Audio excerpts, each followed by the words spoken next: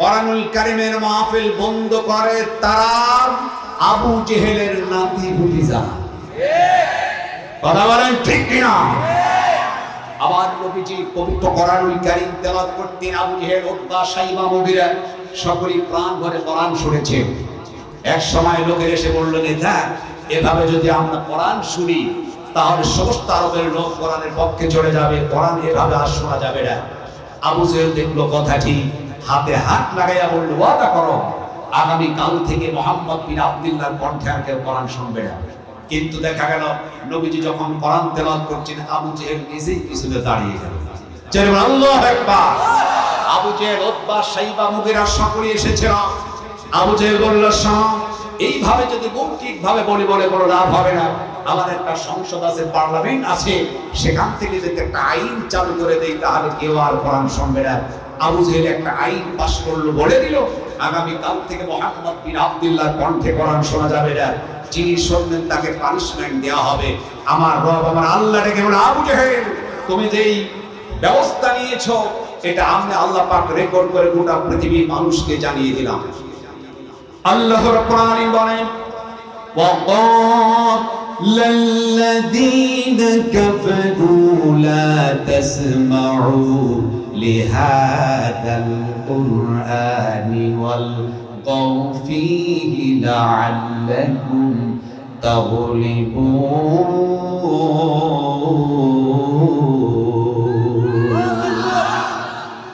আবু জেহেল বলল, লা তাসমাউ, শোনাই যাবে না, এইটা নিষেধ করেছেন আল্লাহ রাব্বুল আলামিন, যেটা রেকর্ড করে গোটা পৃথিবীর মানুষকে সাবধান করলেন, খবরদার আবু জেহেলের মতো করো না। আবার ভাইয়ের, একজন মুসলিম যিনি মুসলমান কোরআনুল কারীমের মাহফিলে কখনো বাধা সৃষ্টি করতে পারে না। অথবা ঠিক কিনা? একজন সুস্থ মস্তিষ্কের ব্যক্তি, যার ব্রেন ভালো, যার বুদ্ধি আছে, ওই ব্যক্তি কখনো তাফসীরুল কোরআন মাহফিলে 140 ধারা জারি করতে পারে না।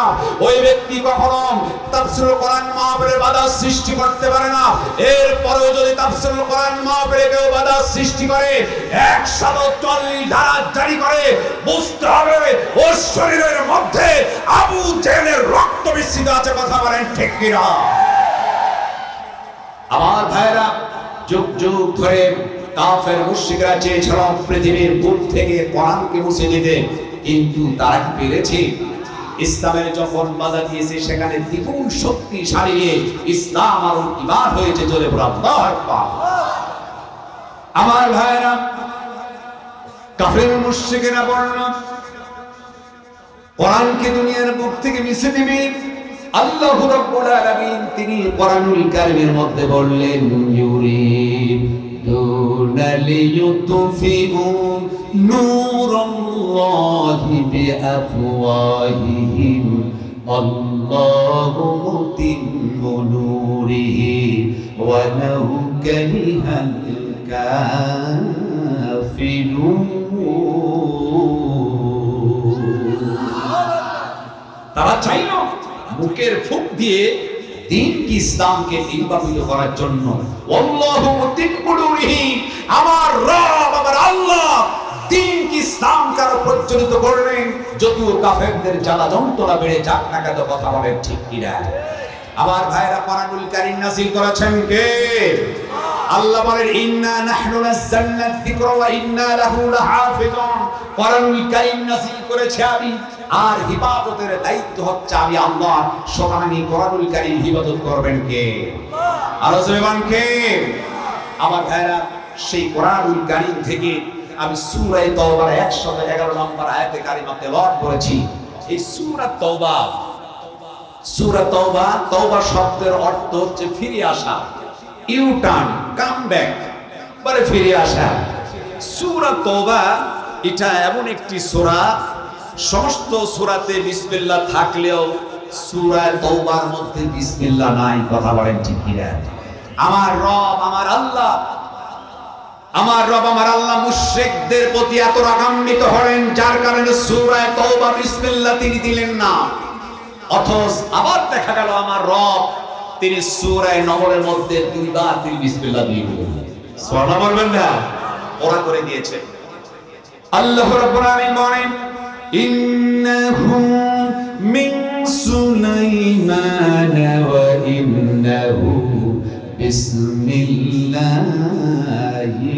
রাহমানির রাহিম। জোরে বলুন আল্লাহু আকবার। সূরা নম্বরের মধ্যে দুইবার বিসমিল্লাহ দিলেন আর তওবার মধ্যে বিসমিল্লাহ দিলেন না। যেখানে আল্লাহর রাগ সেখানে বিসমিল্লাহ থাকতে পারে না, কথা বলেন ঠিক কি না? আর মুশরিকরাও চায় যাতে বিসমিল্লাহ না থাকে, কথা বলেন ঠিক কি না? এই জন্য ঢাকা বিশ্ববিদ্যালয়ের মনোগ্রাম থেকে ইকরা বিসমি রাব্বিকাল্লাযী খলাক এই আয়াতটিকে উঠিয়ে দিয়েছেন, কথা বলেন ঠিক কি না? বিগত সরকার এক সময় পার্লামেন্ট থেকে বিসমিল্লাহির রহমানির রহিম ওঠানোর জন্য চেষ্টা করেছিল, কিন্তু সেইটা করতে পারে না, কথা বলেন ঠিক কি না? আমার ভাইরা, সুতরাং বিসমিল্লাহ কোরআনের কোন আয়াত এই বাংলাদেশ থেকে কেউ কখনো মুছেও দিতে পারবে না, কথা বলেন ঠিক কি না? এখন আসুন আমি জায়েদ কালেমা তেলাওয়াত করেছি, এর সরল অর্থটা কি, এরপর ব্যাখ্যা। আল্লাহ পাক বলেছেন ইন্নাল্লাহা, নিশ্চয়ই আল্লাহ, হাশতারা মিনাল মুমিনিন, আল্লাহ ক্রয় করে নিয়েছেন মুমিনদের কাছ থেকে। আল্লাহ ক্রয় করেছে মুমিনদের কাছ থেকে আনফুসাহুম ওয়া আমওয়ালাহুম, জান এবং মাল। কি ক্রয় করেছেন? জান এবং মাল ক্রয় করেছেন কিসের বন্দানে? বিআন্না লাহুমুল জান্নাহ, জান্নাতের বিনিময়ে। এখানে ব্যবসা করতে গেলে চারটি বিষয় লাগে। এক নাম্বার লাগে একজন ক্রেতা যিনি ক্রয়কারক থাকবেন, দুই নাম্বার থাকবেন বিক্রেতা, তিন নাম্বার লাগবে পণ্য সামগ্রী কোনো মাল, আর চার নাম্বার অর্থ বিনিময়।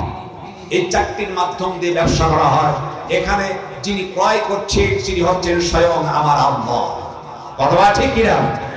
আর যারা হচ্ছে বিক্রি করতেন তারা হচ্ছে মুমিন, আমরা সকলেই মুমিন। আমাদের কাছ থেকে আল্লাহ পাক ক্রয় করছেন। এখানে কারা কারা মুমিন নাই একটু হাত তুলে দেখান তো। আলহামদুলিল্লাহ, সকলেই মুমিন, আলহামদুলিল্লাহ বলেন। আমরা বিক্রি করেছি জান এবং মালের বিনিময়ে। জান এবং মাল বিক্রি করেছি কিসের বিনিময়ে? জান্নাতের বিনিময়ে। এখন আসুন আল্লাহ পাকের কাছে আমাদের যে জীবন মরণ, মাল দিলাম, জানটা বিক্রি করে দিলাম, এখন এই আমার জীবনের মালিক হলো কে? আরো জোরে বলেন কে? জীবনের মালিক হয়ে গেল আল্লাহ। এখন আমার কিছুই করার নাই, যে পথে আল্লাহ চালাবে সেই পথে আমাদের চলতে হবে, কথা বলেন ঠিক কি না? তবে আল্লাহ পাক জীবন এবং মরণ তিনি আমাদের কাছ থেকে ক্রয় করেছেন, কিন্তু আমাদের কাছ থেকে নেন নাই। তিনি কি করেছেন? আমাদেরকে একটু এক সুযোগ দিয়েছেন। তিনি আমাদেরকে একটু রাখার জন্য সুযোগ করে দিয়েছেন। যখন যে অবস্থায় ডাক দিবে আমাদেরকে, তখন সেই অবস্থা আল্লাহর কাছে যেতে হবে, কথা বলেন ঠিক কি না? এখন জান মালের বিনিময়ে, জান্নাতকে বিনিময় করে আমরা যে জীবন আর মরণকে বিক্রি করলাম জান্নাত পাওয়ার আশায়, এখন আমাদের কাজ করতে হবে। আল্লাহ পাক বলছেন তোমরা এখন কি করবে? আল্লাহ রাব্বুল আলামিন বলেন ইউকাতিলুনা ফি সাবিলিল্লাহি ফায়াকতুলুনা ওয়া ইউকতালুন। এখন তোমাদের কাজ হচ্ছে আল্লাহর পথে তোমরা সংগ্রাম করবে, আর এই সংগ্রাম করতে গেলে তোমরা নিজেরাও মরবে, অপরকেও মারবে। তাহলে সংগ্রাম আল্লাহর জমিনে দিন প্রতিষ্ঠা করতে গেলে মামলা, হামলা, জেল, জরিমানা হতে পারে কি পারে না? আর জোরে পারে কি পারে না? কিন্তু আমাদেরকে আল্লাহর জমিনে দিন প্রতিষ্ঠার জন্য, কাজের জন্য নির্দেশ দিয়েছেন কে? আর জোরে বলেন কে? আল্লাহ পাক তিনি নির্দেশ দিয়েছেন। আল্লাহ রাব্বুল আলামিন বলেন ওয়াকাতিলুহুম হাত্তা লা তাকুনা ফিতনাতু ওয়ালা ফিতনাতু ওয়া ইয়াকুনাদ-দীনু কুল্লুহু লিল্লাহ ফাইন ইনতাহাউ ফাইন্নাল্লাহা বিমা ইয়া'মালুনা বাসীর।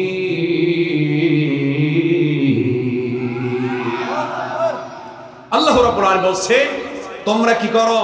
ওয়াকাতিলুহুম হাত্তা লা তাকুনা ফিতনা, তোমরা সংগ্রাম করো, যুদ্ধ করো, লড়াই করো যতক্ষণ পর্যন্ত সমাজ থেকে, রাষ্ট্র থেকে ফিতনা, ফাসাদ, দুর্নীতি, সন্ত্রাসী, চাঁদাবাজি দূর না হবে, যতক্ষণ পর্যন্ত পূর্ণাঙ্গ আকারে দ্বীন প্রতিষ্ঠিত না হবে, ততক্ষণ পর্যন্ত সংগ্রাম করো, লড়াই করো, যুদ্ধ করো। কথা বলেন ঠিক কিনা?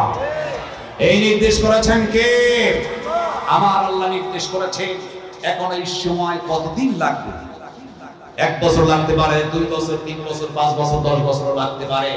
স্বাধীনতার পর থেকে আজ পর্যন্ত চলছে। তবে আমার ভাইয়েরা, আমার বিশ্বাস, আমরা সম্মুখের যে ভবিষ্যৎ যেটা দেখতে পাচ্ছি, আমার একটি বিশ্বাস, আগামীর পার্লামেন্ট হবে কোরআনের পার্লামেন্ট।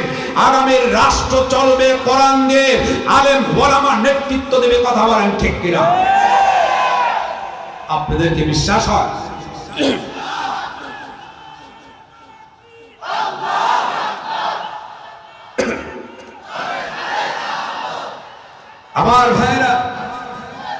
আমার ভাইরা, এখন আল্লাহর জমিনে দ্বীন প্রতিষ্ঠা আমার যখন করব, নির্দেশ করেছেন আল্লাহর জমিনে দ্বীন প্রতিষ্ঠিত করতে গেলেই আল্লাহর যে নির্দেশ, আল্লাহ বলেছেন যারা দ্বীন প্রতিষ্ঠার কাজ করে একমাত্র আমি আল্লাহ পাক তাদেরকেই ভালোবাসি। যেটা বলে আল্লাহু আকবার। আল্লাহ রাব্বুল আলামিন বলেন, ইন্নাল্লাহা ইউহিব্বুল্লাযীনা ইউকাতিলুনা ফী সাবিলিহি সাফফান কাআন্নাহুম বুনিয়ানুম মারসুস।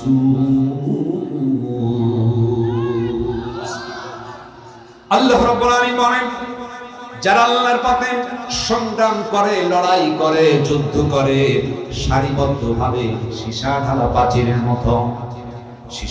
পাঁচিলের মতো যুদ্ধ করবে, লড়াই করবে, সংগ্রাম করবে, আল্লাহ বলেন কেবলমাত্র, শুধুমাত্র আমি আল্লাহ তাদেরকেই ভালোবাসি। জোরে বলে সুবহানাল্লাহ।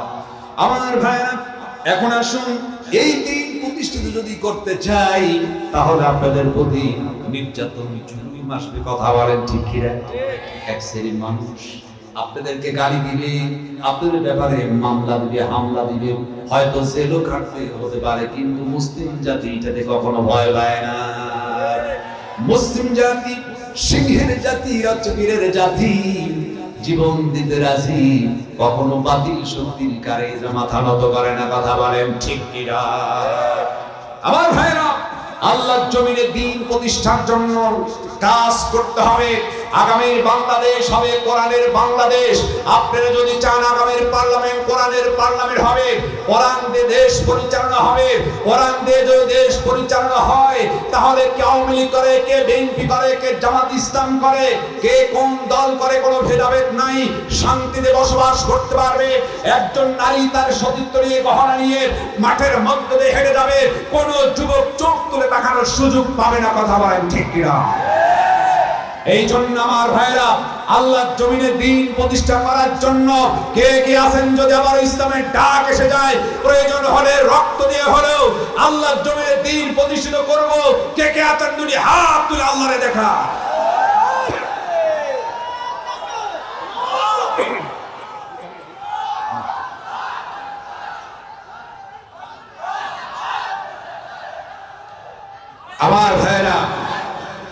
আমার ভাইরা, দ্বীনের কাজ করতে গেলে জুলুম আসতে পারে। আপনারা কি ভয় পান? জবাব দেন, আপনারা কি ভয় পান? ভয়ের কোনো কারণ নাই। কারণ যুগে যুগে যত নবী এবং রাসূল আলাইহিস সালাম করে এসেছেন, প্রত্যেকটি নবী এবং রাসূল আলাইহিস সালাম গুণকে তারা প্রথমে দিয়েছেন গালি, এরপরে গায়ে উঠিয়েছেন হাত। কথা বলেন ঠিক কিনা? আমার নবী এই পৃথিবীতে এসেছেন এই রবিউল আউয়াল মাসের আজকে এই সিরাত মাহফিলে। যেদিন তিনি পৃথিবীতে আসলেন, তার আপন চাচা আবু লাহাব খুশি হয়ে বাড়ির দাসীকে তিনি মুক্ত করলেন, তাকে ভালোবাসলেন। সেই নবী যখন আবার পাহাড়ের পাদদেশে এসে বললেন, কুলু লা ইলাহা ইল্লাল্লাহ, তোমরা পড়ো আল্লাহ ছাড়া কোনো উপাস্য নাই, কোনো দাসত্ব কেউ নাই, আইন দাতা, রিজিক দাতা, বিধান দাতা কেউ নাই, জমিন যার আইন চলবে তার। যখনই বলেছেন জমিন যার আইন চলবে তার, তখনই কিন্তু আবু লাহাব বলেছে তাব্বা লাকা ইয়া মুহাম্মদ, এই জন্য কি ডেকেছ? তখনই তিনি ক্ষিপ্ত হয়েছেন, প্রথমে দিল গালু। আবার নবীকে বললেন তিনি জাদুকর, তিনি হচ্ছেন চিনে ধরা, তিনি একজন বিভিন্ন ধরনের গালমন্দ তাকে করা হয়েছিল। সর্বশেষে আমার রাসূলকে তারা মারধর করেছিল, উহুদের মাঠে দন্দান মোবারক শহীদ করেছিল, তায়েফের ময়দানে রক্ত পর্যন্ত ছড়িয়েছিলেন। কথা বলেন ঠিক কিনা? আমার ভাইরা, সমস্ত নবী এবং রাসূল আলাইহিস সালাতু ওয়াস সালামের যুগে এই ধরনের তারা প্রথমে দিয়েছেন গালি। গালি যখন দিলেন, এরপর তারা গায়ে পর্যন্ত হাত উঠালেন। হযরত মূসা আলাইহিস সালাম যখন দ্বীনের দাওয়াত দিলেন, ফেরাউন মূসাকে নিষিদ্ধ করলো। এরপর গালি দিয়ে বলল, ওয়া ফাআলতা ফাআলাতাকাল্লাতী ফাআলতা ওয়া আনতা মিনাল কাফিরিন। জোরে বলুন আল্লাহু আকবার। ফেরাউন বলল, তুমি যা করার তা তো করেই ফেলেছো, তুমি একজন অকৃতজ্ঞ বলে তাকে গালি দিল, তুমি একজন অকৃতজ্ঞ। আবার ভাইরা, তাকে যখন গালি দিলেন, হযরত মূসা আলাইহিস সালাম তাদের গালি শোনার পর দিন থেকে কখনো তিনি পিছে যান নাই, দিনের কাজ করতেছেন। কাফের মুশরিকেরা, ফেরাউন তিনি ক্ষিপ্ত হয়ে আবার নতুন একটা গালি যোগ করলো। ডাকতে বলল, আম আনা খায়রুম মিন হাযাল্লাযী হুয়া মাহিনু ওয়া লা ইয়াকাদু ইউবিন।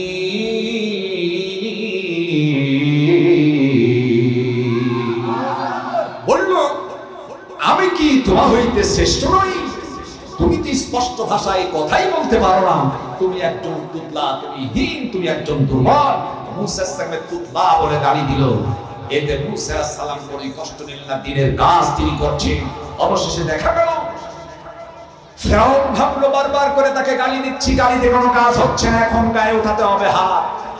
যেই কথা সেই কাজ, অস্ত্র শস্ত্রে মূসা আলাইহিস সালামকে আক্রমণ করলেন।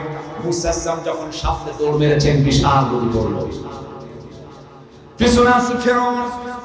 আল্লাহ বললেন, বন্ধু টেনশনের কিছুই নেই, হাতে আছে লাঠি, একটু সাগর উপর পানির উপর মেরে দাও। মূসা আলাইহিস সালাম যখন তিনি হাতের লাঠি পানির উপর ছাড়লেন, সুন্দর রাস্তা তৈরি হয়ে গেল। মূসা সওয়ার পার হয়ে গেলেন। ফেরাউন ভাবলো কি সুন্দর রাস্তা, তার সাথীদেরকে নিয়ে নামলো। ও মনে মনে ভেবেছিল বাবার রাস্তা। কথা বলেন ঠিক কি? এইবার যখন ভিতরে ঢুকলো, আমার রব আমার আল্লাহ বললেন, বাড়ি রে এক হয়ে যাও। ফেরাউন সৈরাজারি কায়দা রব হিসাবে দাবি করে, একটু খেলা দেখাই। বাড়ি চলে এলাম। ফেরাউন এখন পানি খাইতে খাইতে বাড়ি পার করে পেটটা ফটকা মাছের মতো হয়ে গেল। দুনিয়ার বুদ্ধি তারে পানি খাওয়ায় খতম করলো। কথা বলেন ঠিক কি? আমার সতর্ক করেন, ও পৃথিবীর মানুষ, ফেরাউনের মতো সৈরাজারি কায়দার দেশ শাসন করো না, নির্যাতন করো না। আমি আল্লাহ ফেরাউনকে যেইভাবে পানি খাওয়ায়া সুবায়া ডুবায়া মেরেছি, আমি ইচ্ছা করলে তার সাথে ভয়াবহ পরিণত করতে পারি। কথা বলেন ঠিক কি? ওই আল্লাহ আছে কি না? ওই আল্লাহ কিন্তু আছে। আবার ভাইরা, এরপরেও যখন কাজ হলো না, তখন তারা বললে একটা কাজ করতে হবে, মূসাকে যদি দমন করতে হয় আর একজন মূসা লাগবে, হুজুরের সহিত ফাইট করতে, যুদ্ধ করতে আর একটা হুজুর জোগাড় করতে হবে। কথা বলা ঠিক না? সেই হুজুর ছিল সরকারি হুজুর। কি হুজুর? বাংলাদেশে তিন ধরনের হুজুর আছে, সরকারি, তরকারি আর দরকারি হুজুর। আজকে আমাদের মুফতি আমির হামজা এরকম হুজুর দরকার আছে কি নাই? এরা আছে দরকারি হুজুর। আর কিছু আছে তরকারি, শুধু যেখানে দাওয়াত আছে সেখানে। আর কিছু আছে সরকারি, কিছু গম্ভীর নগদ টাকা আছে কি নাই? দেখেন শুরু হয়ে গেছে, কিছু আলেম ওলামায়ে কাজ করতেছে কি করতেছে না, করতেছে কি করতেছে না। আবার ভাইরা, ওরা সরকারি আলেম, নাম ছিল তার বালাম বিন বাউল। নামটাকে বালাম বিন বাউল ছিল সরকারি আলেম। তিনি একজন আলেম ছিলেন। তিনি দোয়া করলে আল্লাহ কবুল করতেন, বদদোয়া করলে কবুল করতেন। ফেরাউন গিয়ে বলল, বালাম বিন বাউল, মূসার বিরুদ্ধে তুমি একটু বদদোয়া করো। দেখে বললেন, না সেটা একটা নবী, তার বিরুদ্ধে আমি বদদোয়া করতে পারবো না। ফেরাউন বলল, খেলে রে, আমি পড়তে দিই, আমি বাড়ি করে দিয়েছি, আমি গাড়ি করে দিয়েছি, আমি তোমার মেয়েদের সবার ছেলেদের সমস্ত সুযোগ সুবিধা করে দিয়েছি, আমি আমার কথা শুনবে না? বালাম্বিন বাউলের কথা তো ঠিক, আমি সরকারি আলেম, বাড়ি পাইলাম, গাড়ি পাইলাম, গদি পাইলাম, এইটা পাইলাম, সেইটা পাইলাম। এখন যদি মুসার বিপক্ষে বক্তব্য না দিই, তার আমার গদিও থাকে না, টাকা পয়সা সব শেষ হয়ে যায়। ডেকে বললেন, ফেরাউন টেনশন করো না, আগামীকালকে মুসার বিরুদ্ধে বদদোয়া করা হবে। সিদ্ধান্ত নেওয়া হলো, মাঠের মধ্যে হাজার হাজার মানুষ। এখন সরকারি আলেম বালাম বিন বাউল তিনি দাঁড়ায়া দুটি হাত তুলে বলতে, ইয়া রব হাল্লিক মূসা। যখনই বলছি ইয়া রব হাল্লিক মূসা, সঙ্গে সঙ্গে আমার রব বালাম বিন বাউলের জিহ্বাটা টান দিয়ে তার বুকের সাথে লটকায় দিল। জোরে বলো আল্লাহু আকবার। আমার আল্লাহ জানিয়ে দিলেন, শুনে রাখো, সরকারি আলেম বালাম বিন বাউল যেমন ফেরাউনের পক্ষে কাজ করতে যে একজন নবীর বিপক্ষে বদদোয়া করতে গিয়েছিল, তার জবান বন্ধ হয়ে গেল, জিহ্বাটা বুকের সাথে লটকিয়ে দেওয়া হলো। খবরদার আলেমরা, তোমরা জাহেল বাতিল শিস্তার বিপক্ষে পাল্লা দিও না। আমি আল্লাহ ইচ্ছা করলে পাগল বানায়া বাংলাদেশে তোমাদের ঘোরাতে পারি। কথা বলেন ঠিক কিনা? ওই আল্লাহ আছে কি নাই? আমার আল্লাহ আছে। আমার ভাইরা, এই জন্য একমাত্র আল্লাহ পাক যেহেতু বলেছেন ওয়াকাতিলুহুম হাত্তা লা তাকুনা ফিতনা, সংগ্রাম করো, জিহাদ করো ততক্ষণ পর্যন্ত সমাজ থেকে, রাষ্ট্র থেকে ফিতনা ফাসাদ দূর হয়ে সেখানে ইসলাম পূর্ণভাবে প্রতিষ্ঠিত না হয়, অতক্ষণ পর্যন্ত তোমরা কি করো? আন্দোলন করো, সংগ্রাম করো। এই কথা কার? আর কার? আমার ভাইয়েরা, আমি আপনাদেরকে বলতে চাই, বিগত ফ্যাসিস্ট সরকার 16 বছর আমাদের মাথায় চেপেছিল। আলেমদেরকে নির্দোষী হিসাবে তাদের বিরুদ্ধে মামলা দিয়ে জেলখানায় ঢুকে এমনকি ফাঁসির কাস্টে ঝুলিয়ে হত্যা করেছিল। কথা বলেন ঠিক কিনা? তাহলে আপনারা কি ভেবে নিয়েছেন যে 5 তারিখে, গত 5 তারিখে ছাত্র সমাজ যে তারা দেশকে বন্ধে স্বাধীন করলো, আর মনে হয় গোটা বাংলাদেশের লোক আল্লাহর ওলি হয়ে গেল? আল্লাহর ওলি হয়ে গেছে? আল্লাহর ওলি হয়ে গেছে? এক বড় বাতিল শক্তি মাথা চাড়া দিয়ে দাঁড়িয়ে আছে। কথা বলেন ঠিক কিনা? আরো জোরে বলেন ঠিক কিনা? আমার ভাইয়েরা, বিগত সরকার আল্লামা দেলোয়ার হোসেন সাইনি 50টি বছর ধরে কোরআনের তিনি দাওয়াত দিয়েছেন, যার হাত ধরে হাজার হাজার বেধর্মী ইসলাম কবুল করেছেন। সেই লোকটিকে বিনা দোষে রাজাকার বানায়া, যুদ্ধ অপরাধী বানায়া, ধর্ষণকারী বানায়া 13টি বছর জেলখানার মধ্যে আটকে রেখে অবশেষে চিকিৎসার নাম দিয়ে হাসপাতালের মধ্যে ঢোকা ইঞ্জেকশন পোষ করে দুনিয়ার বুক থেকে শহীদ করে দিয়েছিল। আমি আজ পাবনার তাওহীদি জনতাকে বলতে চাই, যারা আল্লামা দেলোয়ার হোসেন সাইনিকে শহীদ করে দিয়েছো, এই বাংলার জমিনে একদিন না একদিন তাদের বিচার হবেই হবেই। কথা বলেন ঠিক কিনা? আমার ভাইরা, আপনারা কি বিচার দেখতে চান? ইনশাআল্লাহ আগামী বাংলাদেশ হবে কোরআনের বাংলাদেশ। আপনাদেরকে বিশ্বাস হয়? বিশ্বাস করতে হবে নিঃসন্দেহে।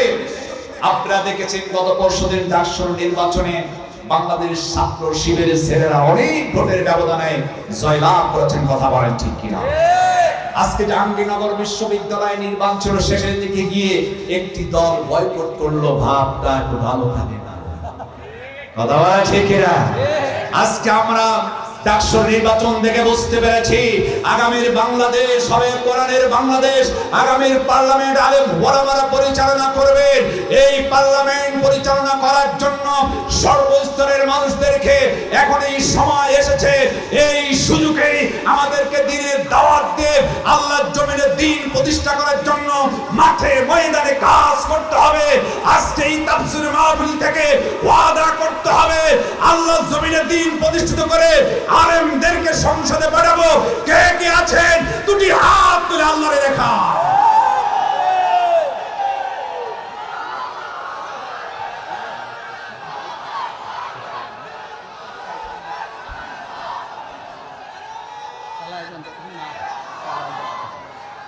আমার ভাইরা, আমার ভাইরা, আপনারা কি ভয় পান? আপনারা কি ভয় পান? যদি ইসলামী আন্দোলনের কাজ করতে যাই হয়তো আমাদেরকে ধরবে, জেলে ঢুকাবে, এই ভয় এখন আর না। কথা বলে ঠিক কিনা? জেলে ভরে জুলুম করে এমন ভাঙ্গা যাবে না, অত্যাচারের শিকল দিয়ে এমন বাধা যাবে না। জেলে ভরে জুলুম করে এমন বাধা যাবে না, অত্যাচারের শিকল দিয়ে এমন বাধা যাবে না।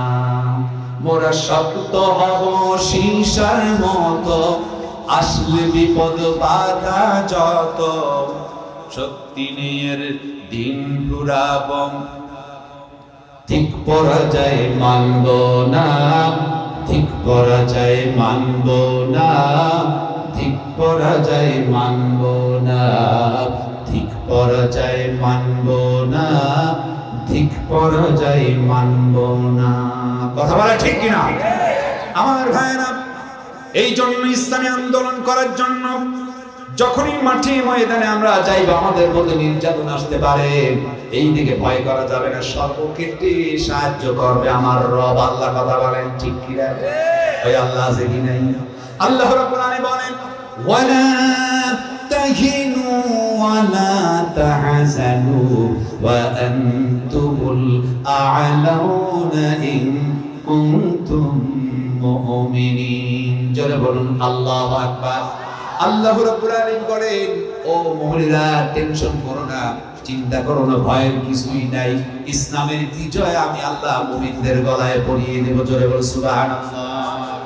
আমার ভাইরা, মুসলমানদেরকে এমন ভাবে সাহায্য করবেন যেইভাবে বদরের যুদ্ধে সাহায্য করা হলো। ইসলামের প্রথম যুদ্ধ ছিল বদরের যুদ্ধ। কথা বলেন ঠিক কিনা? 313 জন সাহাবী, প্রক্ষান্তরে কাফির ছিল 1000, অস্ত্রে শস্ত্রে সুসজ্জিত। মুসলমানরা মাত্র 313 জন। তারপরে অস্ত্র তাদের কাছে নাই, খালি হাত। মাত্র 7টি তলোয়ার, বল্লম ছিল 4টি, আর নেজা ছিল 2টি, মোট 13টি অস্ত্র। আর 300 জন সাহাবী খালি হাতে আল্লাহর নবীকে ডেকে বললেন, ইয়া রাসূলুল্লাহ, ইয়া হাবিবাল্লাহ, জিহাদের মাঠে যেতে হবে, দ্বীন প্রতিষ্ঠার জন্য আল্লাহর জমিনে দ্বীন প্রতিষ্ঠিত হবে। কাফেররা এসেছে 1000, আমরা মাত্র 313 জন, আমাদের কোনো অস্ত্র নেই, আপনি অস্ত্র দেন।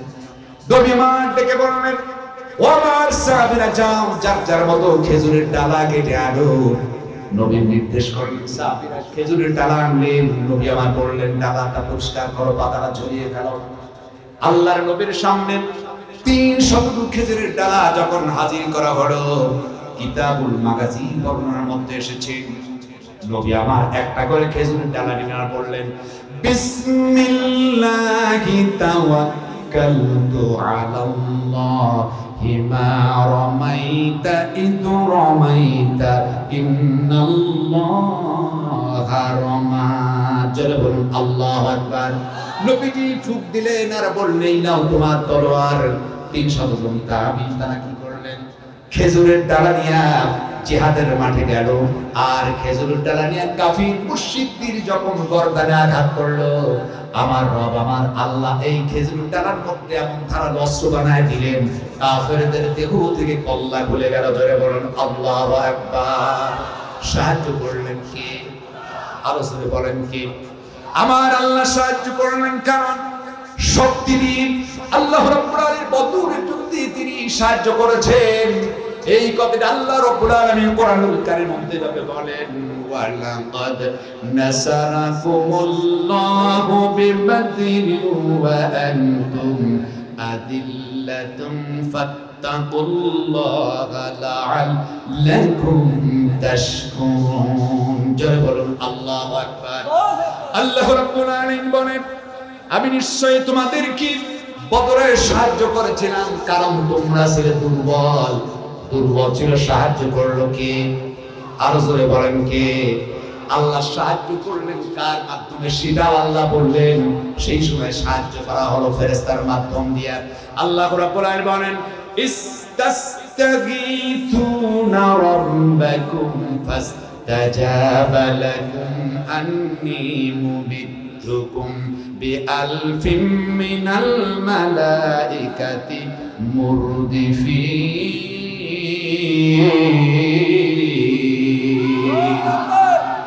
আল্লাহ রাব্বুল আলামিন যখন ডাক দেন তোমাদের রবের নিকট, যখন তোমরা কাতর কণ্ঠে দুর্বল হয়ে আবেদন করছিলে, আর আমি আল্লাহ রাব্বুল আলামিন তোমাদেরকে সাহায্য করলাম 1000 ফেরেশতা দিয়া। কয় হাজার ফেরেশতা?